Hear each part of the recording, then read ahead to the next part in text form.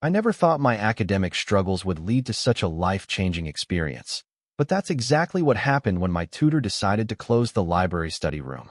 My name is Alex, a second-year engineering student who had been struggling with fluid dynamics for weeks. The complex equations and theoretical concepts just weren't clicking, no matter how many hours I spent highlighting textbooks or rewriting my notes.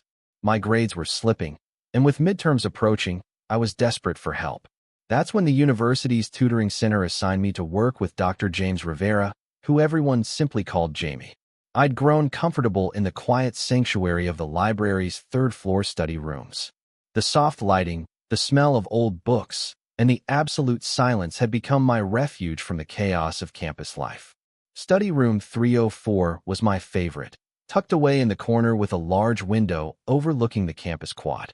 I'd claimed it as my territory for the past semester, spreading my textbooks across the wooden table and pinning my color-coded notes to the corkboard walls.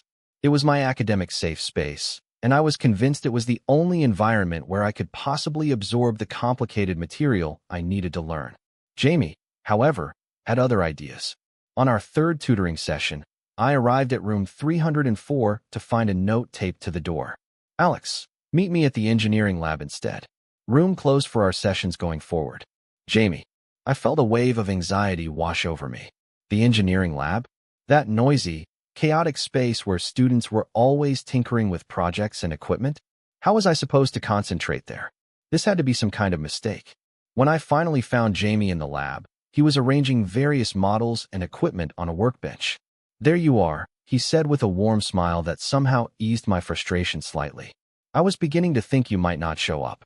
Jamie was about 5 years older than me, with dark, curly hair that fell across his forehead when he leaned over to examine something. He pushed his glasses up and gestured to the workspace he'd prepared. "What's going on?" I asked, still clutching my textbooks defensively against my chest. "Why did you close the study room?" "I can't study here." I looked around at the busy lab, where other students were working on various projects, the sound of tools and conversations creating a background hum that already made it hard to focus. Jamie leaned against the workbench, his blue eyes meeting mine with a confidence that made me pause. "Alex, we've had 2 sessions in that quiet room, and how much progress have we made with those fluid dynamics concepts?" he asked, though we both knew the answer. I'd spent most of those sessions staring blankly at the same equations, unable to visualize what they actually meant in the physical world.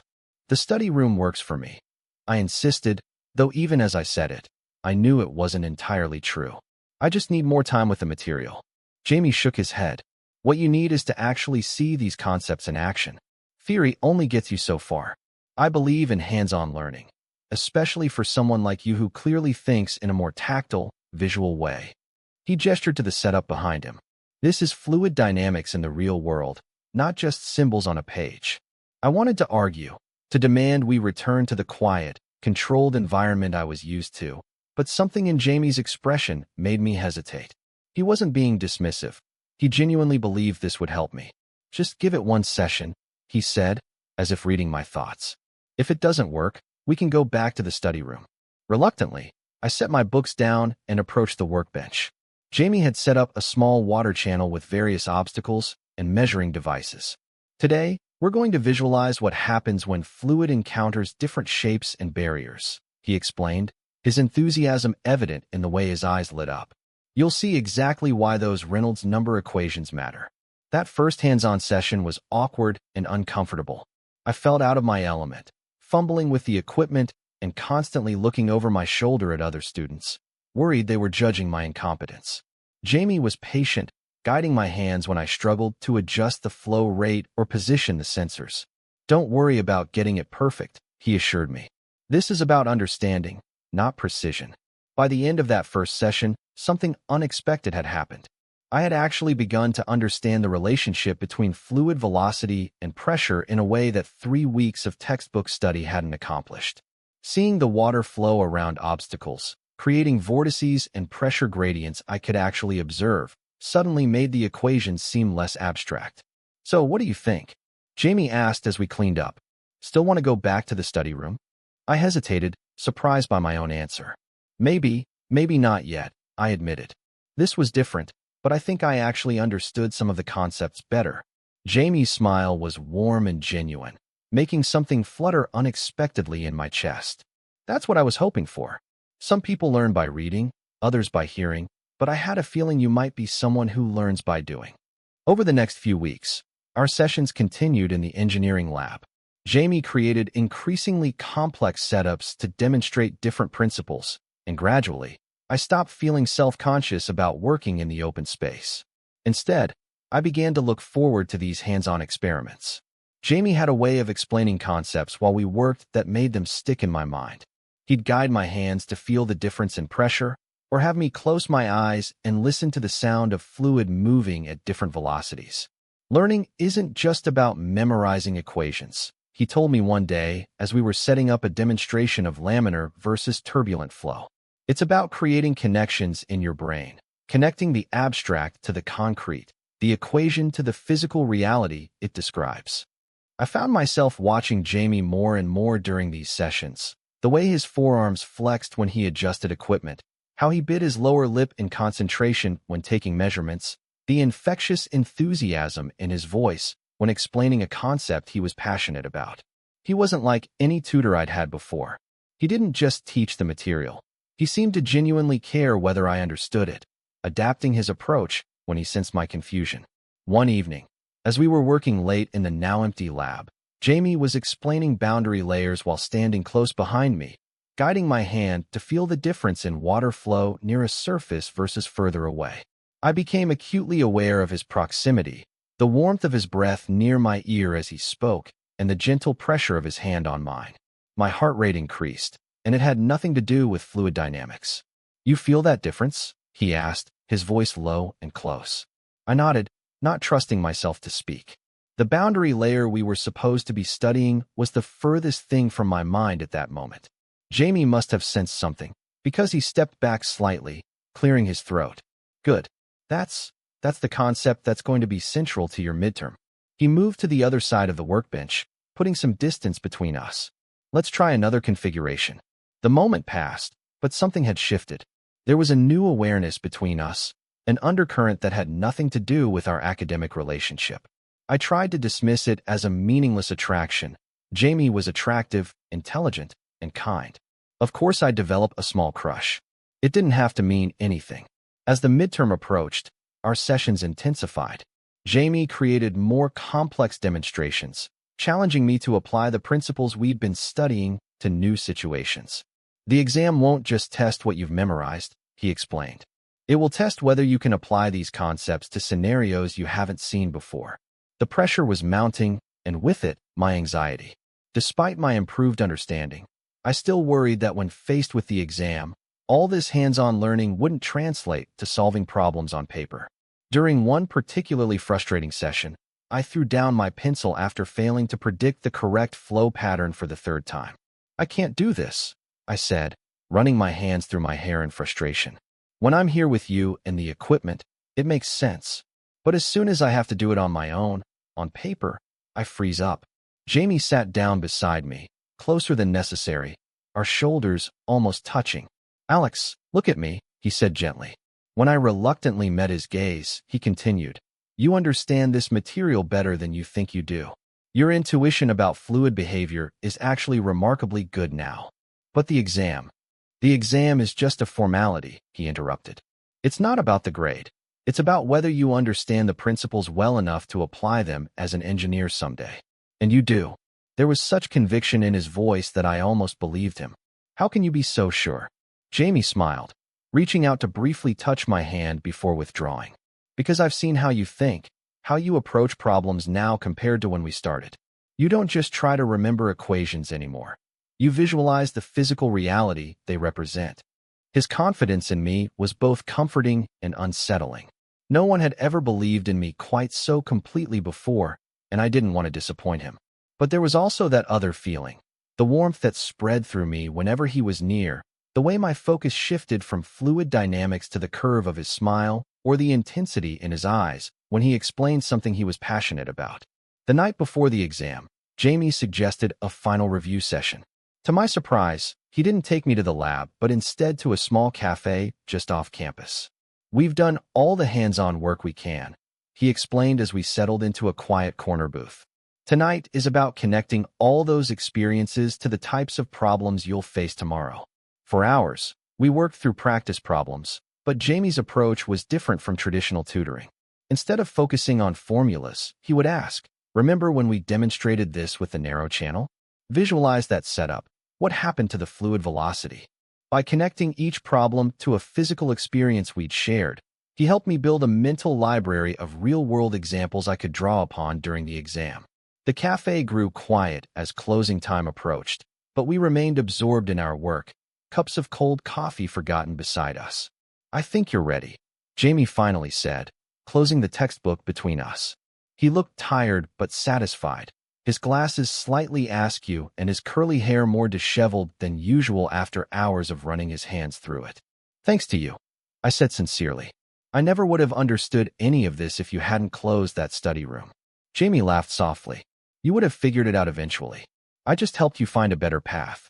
He paused, seeming to consider his next words carefully. "You know, Alex, you're one of the most rewarding students I've ever worked with." Something in his tone made me look up sharply. There was a warmth in his eyes that went beyond professional satisfaction. "What do you mean?" I asked, my heart suddenly beating faster. "I mean that watching you transform from someone who memorized equations without understanding them to someone who intuitively grasps fluid dynamics has been remarkable." He hesitated again, "And I've enjoyed our time together, beyond just the tutoring aspect." The air between us seemed charged with possibility. We were no longer in the structured environment of the lab or library, but in this dimly lit cafe corner where the lines between tutor and student seemed less clearly defined. "I have too," I admitted, my voice barely above a whisper. "More than I probably should." Jamie's expression shifted, becoming more guarded. "Alex, you have an exam tomorrow. We should focus on that for now." He gathered his papers, breaking the moment.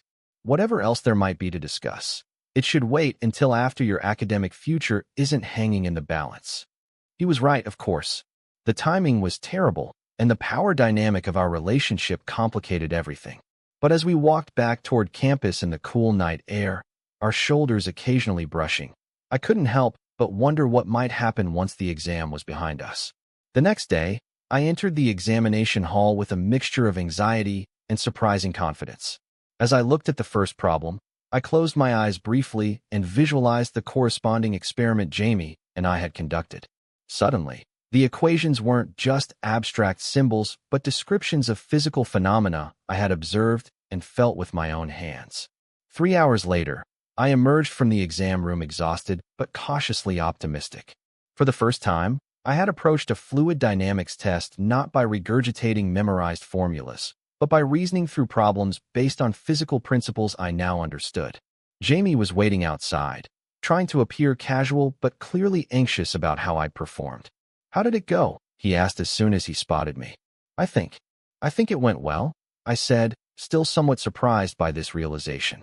There were a couple of problems I wasn't sure about, but for most of them, I could actually visualize what was happening with the fluid. The relief and pride on Jamie's face made my heart swell. "That's exactly what I wanted to hear," he said, his smile wide and genuine. "Not that you got every answer right, but that you approached the problems with real understanding." We stood there for a moment, other students streaming past us as they exited the exam hall. There was so much I wanted to say, but the public setting and post-exam exhaustion made it difficult to find the right words. "So," Jamie finally said, breaking the silence, "now that the exam crunch is over, I suppose you won't be needing a tutor anymore." There was a question in his statement, an opening I could either take or ignore. "Maybe not a tutor," I agreed carefully, "but I was hoping we might still see each other." Jamie's expression softened. "I'd like that. But there are some university policies about tutors and current students that we should respect." He checked his watch. "Your final grades should be posted by next Friday. After that, I prompted when he didn't continue. "After that, I'd very much like to take you to dinner. Somewhere nicer than a cafe the night before an exam." The week waiting for grades to be posted was one of the longest of my life. I threw myself into other coursework, trying not to obsessively check my email for updates or think about what might happen once the term officially ended. Jamie and I exchanged a few casual texts, him checking how my other classes were going, me asking about a research project he'd mentioned, but both of us carefully avoided any topic that might cross the line while he was still technically my tutor. When the grades finally came through, I stared at my screen in disbelief. Not only had I passed fluid dynamics, but I'd earned an A-, a grade that had seemed impossible just weeks earlier. I immediately texted Jamie, A-. I can't believe it. His reply came seconds later. I can. You earned it. Dinner tomorrow night. The restaurant he chose was a small Italian place downtown, far enough from campus that we were unlikely to run into other students or faculty. When I arrived, Jamie was already there, dressed in a blue button-down shirt that made his eyes seem even more intense than usual. For the first time, I was seeing him not as my tutor, but simply as Jamie, the man whose passion for teaching had somehow evolved into something more personal. Congratulations again on the grade, he said after we'd ordered. Though I have to say, I'm more proud of how you approached learning than the letter on your transcript. It's all because of your hands-on approach, I said. I never would have understood the material if you'd let me keep hiding in that study room. Jamie smiled, shaking his head slightly. The approach only worked because you were willing to try something new, even though it made you uncomfortable at first. That takes courage. As dinner progressed, our conversation shifted away from academics. I learned that Jamie had grown up in a small coastal town, where his fascination with fluid dynamics began by watching tide pools. He told me about his own struggles as an undergraduate, how he'd nearly switched majors before a professor took a special interest in helping him. Is that why you became a tutor? I asked. To do for others what that professor did for you. Jamie considered this as he twirled pasta around his fork. Partly, but also because I genuinely love the moment when someone truly grasps a concept for the first time. That look of sudden understanding. It's incredible to witness. His eyes met mine across the table. You had that look several times during our sessions. It was captivating. The word hung between us, charged with meaning beyond the academic context. I felt a flush creep up my neck, remembering those moments when our hands had touched over equipment or when he'd stood close behind me explaining a concept. I have a confession, I said, gathering my courage. There were definitely times when I was supposed to be focusing on fluid dynamics, but I was actually thinking about other things. Jamie's smile turned slightly mischievous. Like what? Like how your voice changed when you got excited about a concept, or the way you pushed your glasses up when you were thinking hard about something. I paused, my heart racing. Or what it might be like to kiss you. Jamie's expression grew serious, though his eyes remained warm. I thought about that too. More than was appropriate for a tutor-student relationship. He reached across the table, his fingers lightly touching mine.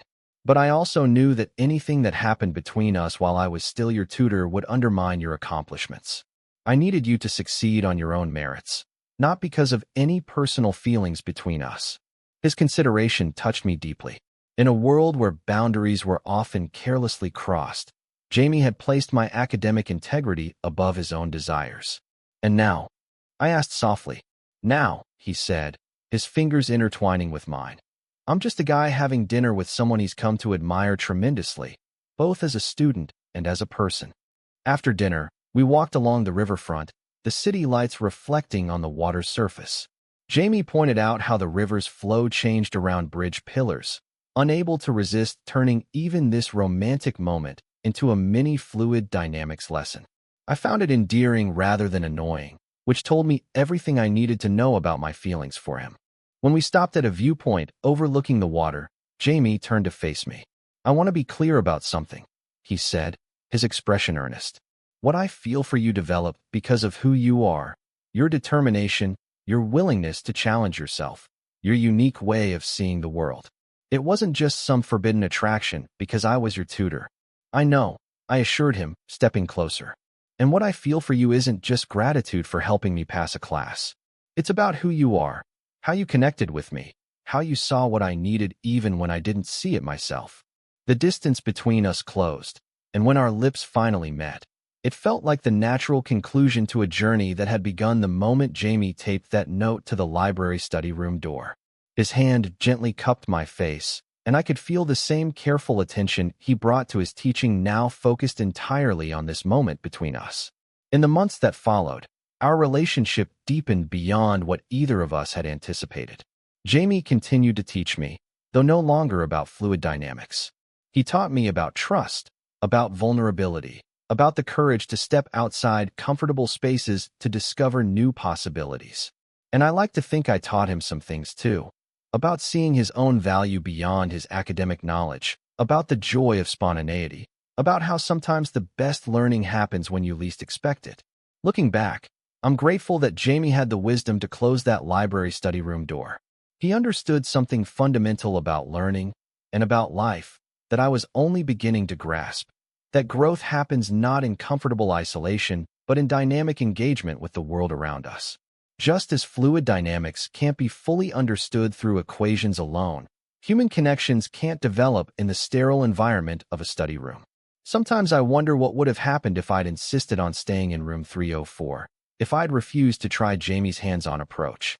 I might have eventually passed the class with enough memorization and practice problems, but I would have missed the deeper understanding that came from seeing theories in action. And more importantly, I would have missed the chance to connect with someone who saw potential in me that I hadn't recognized in myself. The most valuable lesson Jamie taught me wasn't about Reynolds numbers or boundary layers. It was that sometimes, closing a door is the first step to opening yourself to new possibilities, in learning, in life, and in love. And for that lesson, I'll always be grateful that my tutor had the courage to close the library study room door and insist that hands-on learning works best. Total_char_count, 18,749.